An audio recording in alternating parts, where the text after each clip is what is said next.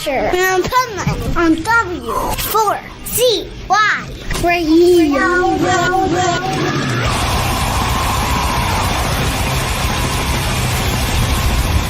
This is the Pipe Man here on the Adventures of Pipe Man W4CY Radio, and I'm here with our next guest that, oh my God, he is an expert in one of my favorite areas, and that is health and fitness. So let's welcome to the show certified health and fitness coach, Hunter Stoller. How are you? I'm great. Thanks for having me. Oh, my pleasure. So I like that you're certified. I just want to start there because there's so many people nowadays that are coaches in every area that have no certification, no education, no training. And it's like, if I want somebody to give me health and fitness, coaching, I want them to be certified. Number one, and number two, I want to look at them and say, they do look healthy and fit. Yeah, thank you. I mean, I started my social media not certified, and it was just a way for me to share my meals with my friends. I was a private account and myself. And then I started realizing I was losing weight. I felt great. And that's what made me get that certification. So I'm a certified health coach and fitness coach. And it really helped me with that credential, the credibility, because I would never want to hire a coach, nutritionist, or a dietitian that doesn't have a degree or a certification. Well, not only that, okay, so one of the things you said that I loved, but I had this client years ago. He was a wealth coach, and I'm from the financial business. Like, I had 15 licenses and 5 professional designations, and this guy was calling himself a wealth coach who had no certifications, no training, no licenses, no education, and he drove a beat up pickup truck and basically had no money whatsoever. And that didn't even bother me. What bothered me is he never did.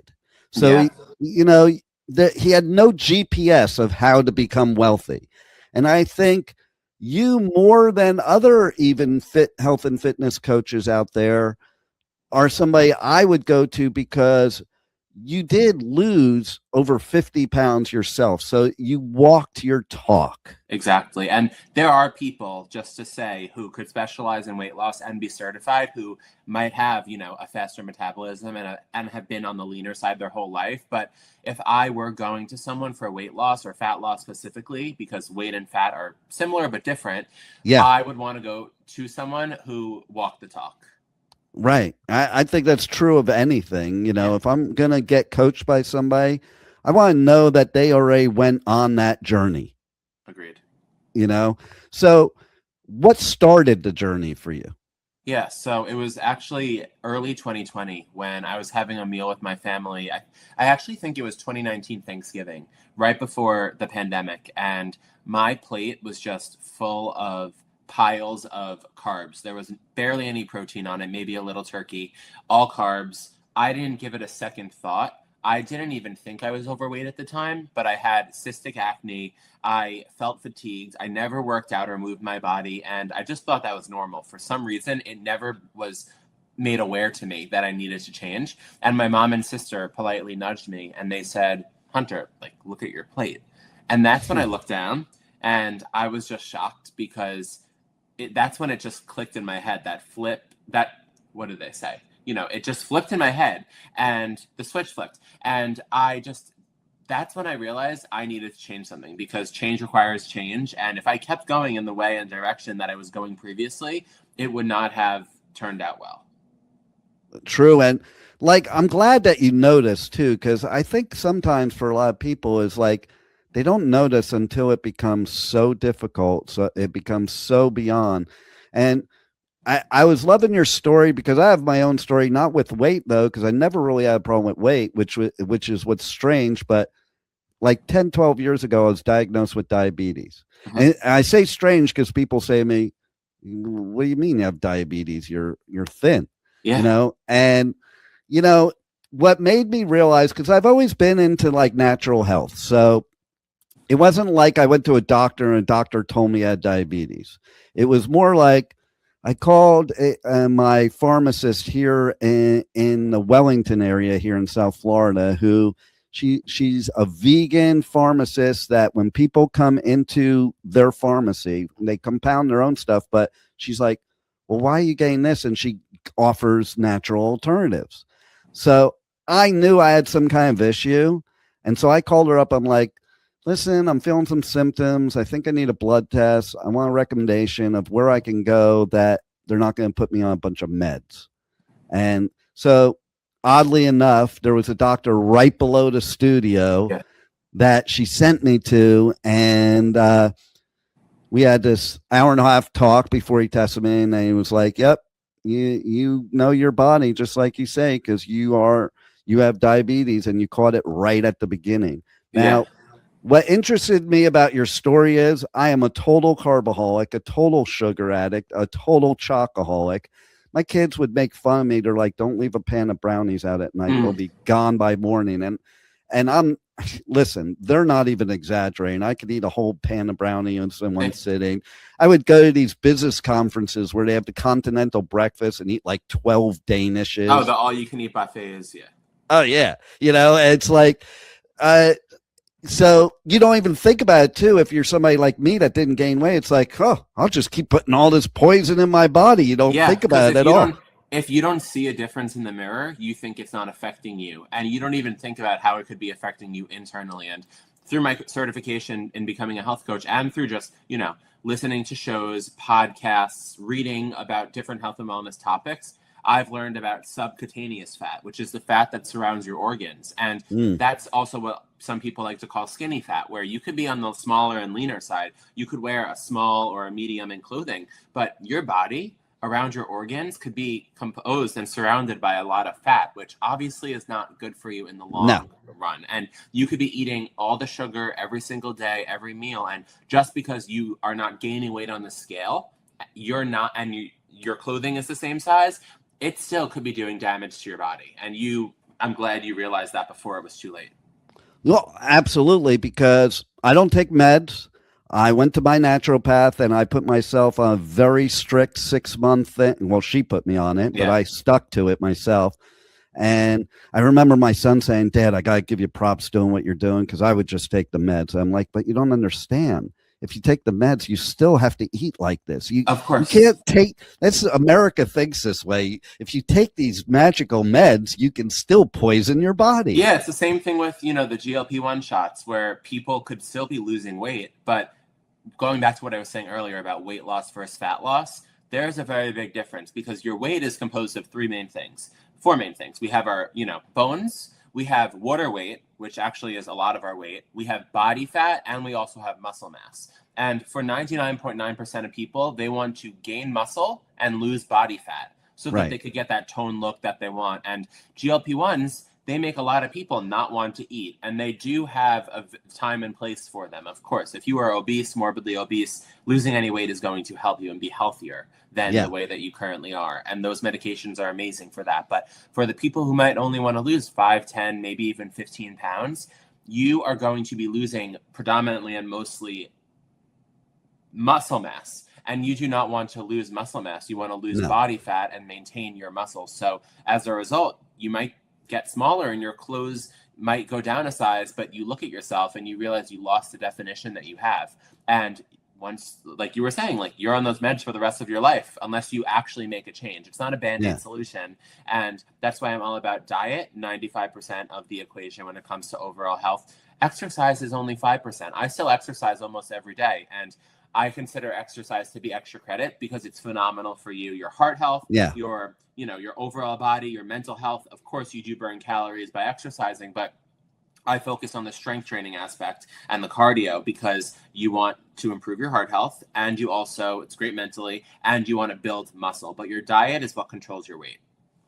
Totally. And I reversed my diabetes with just food.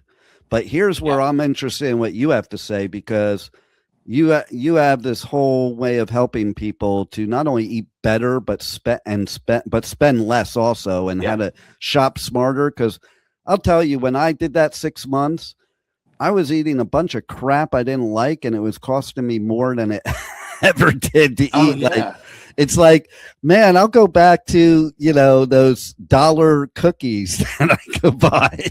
Yeah. So one thing that I realized that while I was focusing on my weight loss journey, I realized that I was actually saving so much money, talking around $10,000 a year. And that Wow. comes from a lot of different things. But there's two main factors that led to that decrease in the amount of money I was spending. And one of them, which is the most important to me, was my alcohol consumption was cut drastically. If I went to a bar or anywhere in college, because that's where I really was undergoing my weight loss transformation, I'm not buying $20 to $30 drinks that were available. I would maybe have a drink or two at home. And if you buy your own vodka, it's very different from getting it at the store. And I am not the store. It's very different from getting it at the bar or the club, wherever. And you are saving hundreds of dollars a week if you are going out multiple times a week. And then the other thing is, I would start every single Sunday, every week, being like, my diet starts tomorrow on Monday, and I'm going to stock my fridge, freezer, and pantry with healthy products. And I would still be Uber Eatsing and DoorDashing every single day while having a fridge that's stocked. And as a result, all the stuff in my fridge, freezer, and pantry would expire, get moldy, and they would just go bad. So I was basically shopping for like 2 or 3 times what I really needed. And now, when I was on my weight loss journey, focusing on still eating a lot, but I'm eating a lot of the right stuff. I actually just posted on my Instagram story. I actually, right before this, like 2 minutes before I joined this call, I had the biggest plate ever. I could actually show it. And I had a high protein, nutrient dense breakfast that is enormous. So take a look at this breakfast. Wow. I have tons of sauteed mushrooms and zucchini. Probably costs $3 at the most. And you don't even need to buy organic. That's just a step above. 4 scrambled eggs. I had a high protein, high fiber bagel and a few blueberries and coffee. And that's eating a lot of food for much less money than getting it at a store. And the best part is you make it at home, you know everything that's going in it, high in protein and nutrients, and it's not high in calories. So you're going to be full for a while, you're going to feel great, and that's just the methodology that I use to lose 50 pounds in under a year. I love it. Now, let's talk about that plate of food again, because I look at that and people may be looking at that and saying, wow, not only is that a lot of food, but at a distance, it kind of looks like that's food that's going to make you gain weight, or it's too much, or whatever it is. So tell us the secret why that is a very healthy way to eat, because it looks like it's not healthy to some people. Yeah, of course. So I find myself to be, I don't want to say a master, but very good at finding healthier swaps for traditional products. Just this morning, I posted a cheese ball swap. So many people, including myself as a kid, would eat, the pints of cheese balls. You know what I'm talking about? I find that a brand that I love, Lesser Evil, makes a delicious, much healthier version that doesn't have bioengineered ingredients, doesn't have artificial flavors or food coloring agents like food dyes, Red 40 in it, and it's made of real cheese, organic cheddar, and it tastes delicious, and it's so much better for you and your body. So my plate, I'm all about volume eating a lot for fewer calories. People don't realize that you can make a smoothie the exact same size in any cup, and that smoothie could be 250 calories or it could be 1,000 plus calories. And the difference could be you think your 1 tablespoon of peanut butter is similar to 5 tablespoons of peanut butter. And you could take an enormous spoonful from a peanut butter or almond butter jar, and you don't even understand that peanut butter a serving is very small. It's 1 to 2 tablespoons, and that's 100 or 200 calories. And what I used to do, I would put 5 or 6 tablespoons in my smoothies and wonder, oh, it's a smoothie, it has to be healthy. Or I'd drown my salad, which was a huge salad in a huge bowl, with 400, 500, sometimes even 600 calories of dressing, throw on cheese, throw on nuts, whatever it is. And I would say that this is healthy. But there's a very big difference between eating healthy and eating healthy for weight loss. So I like eating more food that I'm aware is more nutrient dense, lower in calories, than having like a little bit of peanut butter and calling it wraps, because that plate is 460 calories and 43 grams of protein. And wow. Some protein bars are 300 calories and you're done with it in 20 seconds, And it's not even good.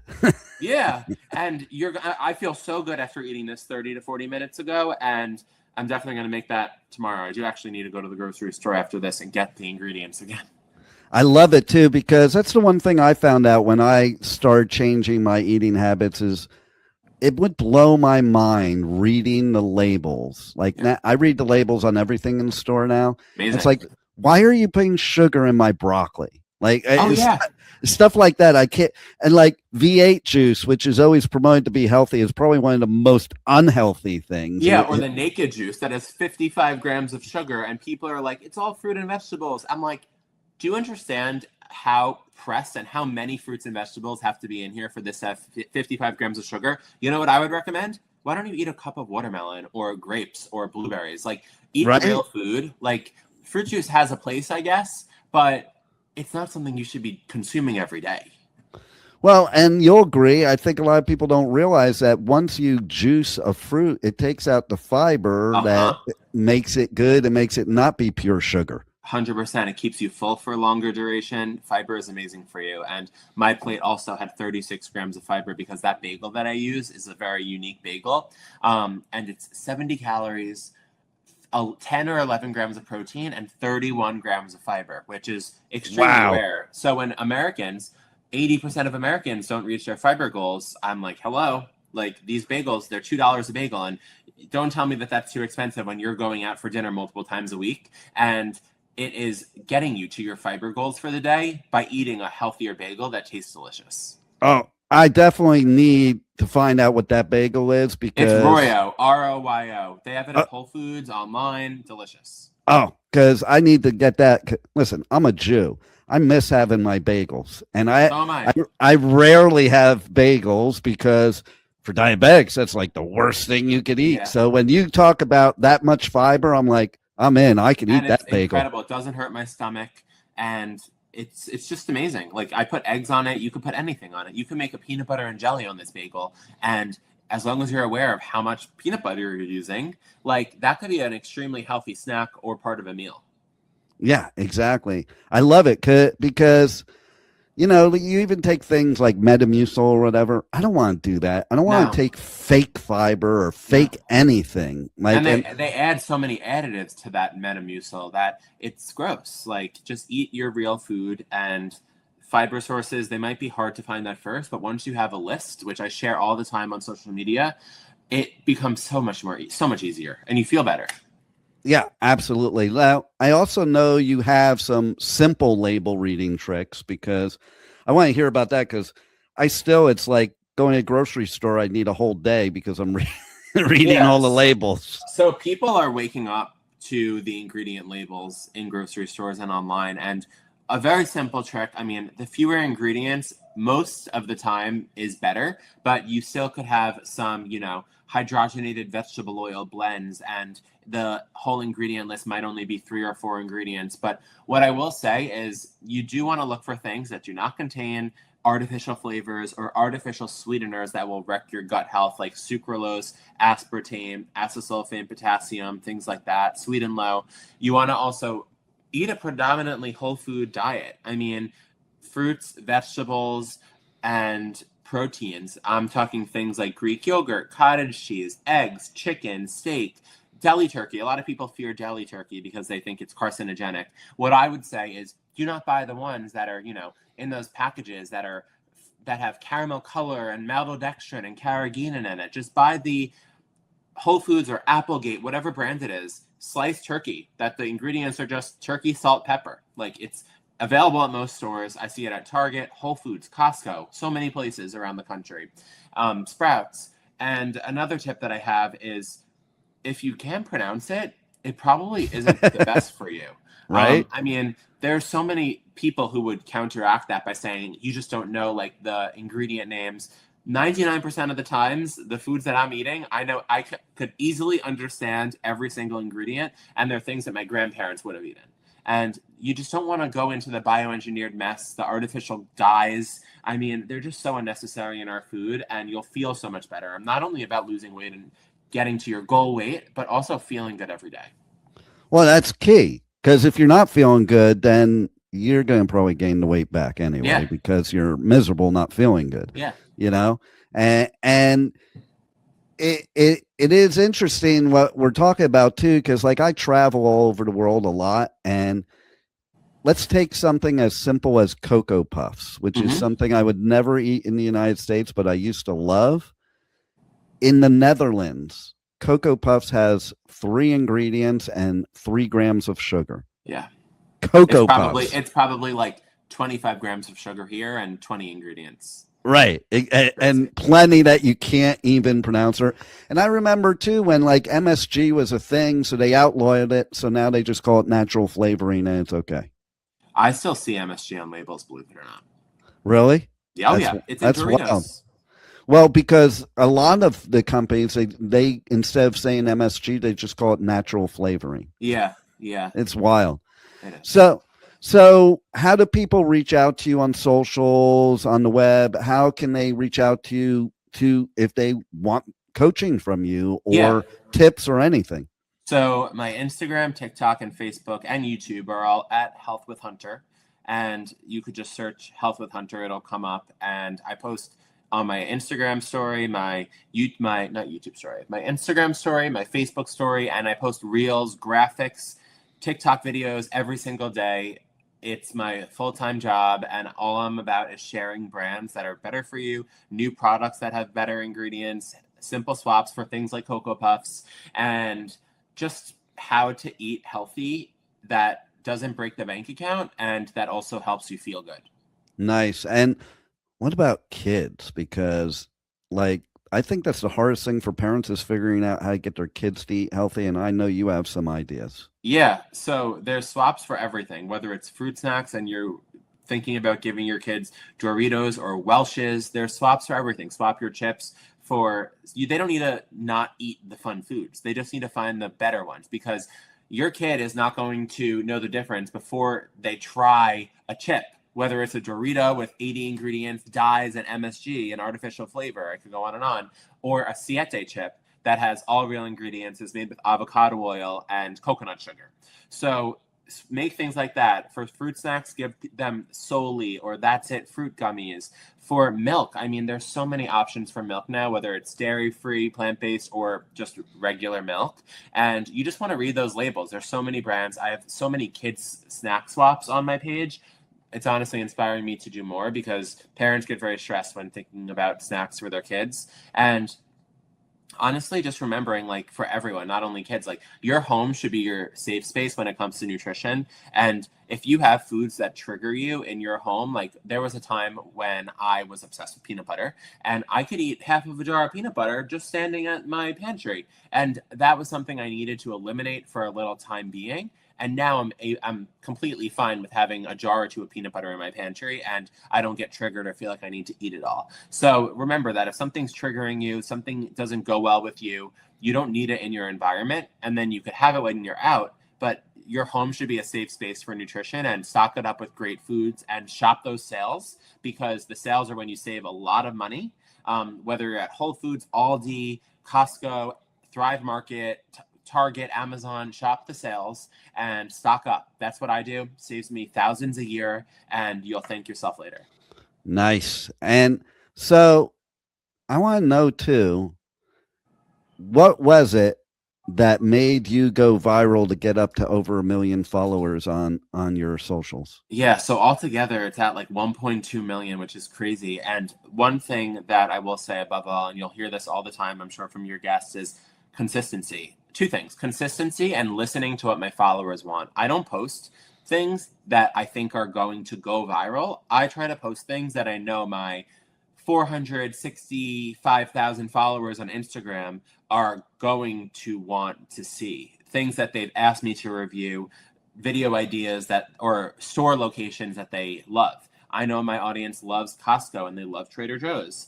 And I know that I should post more videos at those stores because those are the most popular with my audience. I don't think about what non-followers are going to want because that's not who my videos are going to at first. Let my followers engage with it, interact with it, share it to friends and family members, and let the algorithm do its thing. But I post consistently. I'm very engaging in my comments and DMs, and I just want to become a very reliable, reputable source. And that's what I hope I'm doing every day.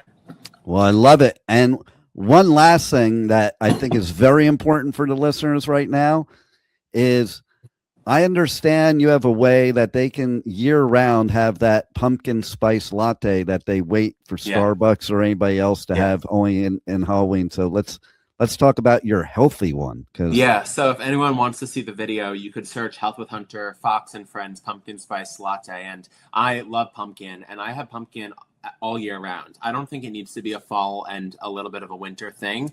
I love pumpkin, and you all know the main coffee shops that have their pumpkin spice frappuccinos with 100+ grams of sugar, not going to do good things for you. No. What I would say is make your own at home. There's pumpkin spice that you could add into almond milk. You could add into a smoothie. You could add into yogurt, and it will flavor your food or drink with pumpkin without any sugar, without any calories, and without any bloat. There's also pumpkin puree that you could of course buy, and you could froth that into your milk, again, your smoothies, your coffee, whatever it is, and it will turn your coffee from a bland black or traditional iced coffee into a pumpkin coffee. You can make your own cold foam by frothing it with some heavy cream or some half and half, or almond milk or whole milk, and you have yourself the most delicious pumpkin drink or food. And there's also pumpkin protein powders out there that use real pumpkin. Enough of the artificial junk, enough of the artificial sweeteners, and also we do not need coffee with 10+ grams of sugar per serving. I mean, you're having 3 or 4 coffees a day. That's more than your recommended sugar intake daily, and it's just in a drink when you don't even think it's a sugar bomb. I know, right? And I don't drink coffee because I don't like it. But when I see people going to get coffee and just pouring the sugar in, I'm like, you obviously don't like the coffee. No. If you have to throw the sugar in there, you obviously don't like it. Though. Why do you force yourself to like it? That's why I always think. That's what happened to me was one night. That's why I thought there was a problem.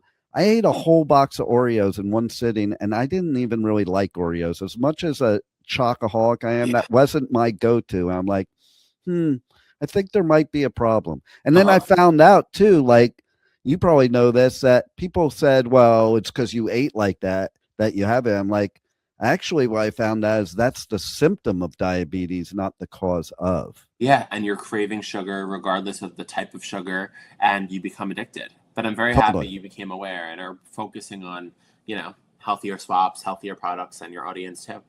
Same to you. So what would be, it's 2026. So if we were to give for 2026, the one goal that somebody should meet in their health and fitness, if they were to pick one, what would you say?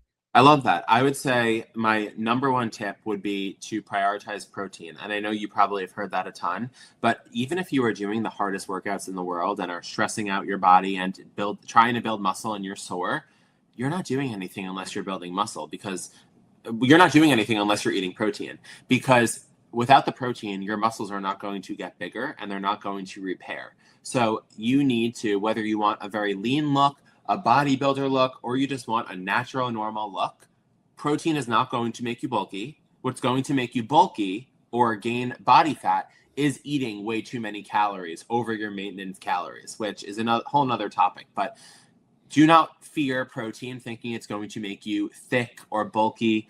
What you should be fearing are the ultra-processed foods that are addicting and have actual chemicals in it to make you addicted. So don't fear that. Also, regardless of the season, always stay hydrated, not just with water and electrolytes. And again, there's very big electrolyte brands out there that have 13, 14 grams of sugar per serving. Those are not the ones I'm talking about. Yeah, there you go. Well, man, you are definitely walking your talk. I strongly suggest everybody, especially since it's the beginning of 2026, reach out to you, follow you on socials, get some tips, and see what you could do to help them to reach their health and fitness goals. Because I think you not only have experienced it, but you're a wealth of knowledge. So thank you for helping people on their journey through your experiences, and thanks for being on the Adventures of Pipe Man. Thank you so much. Thank you for listening to the Adventures of Pipe Man on W4CY Radio.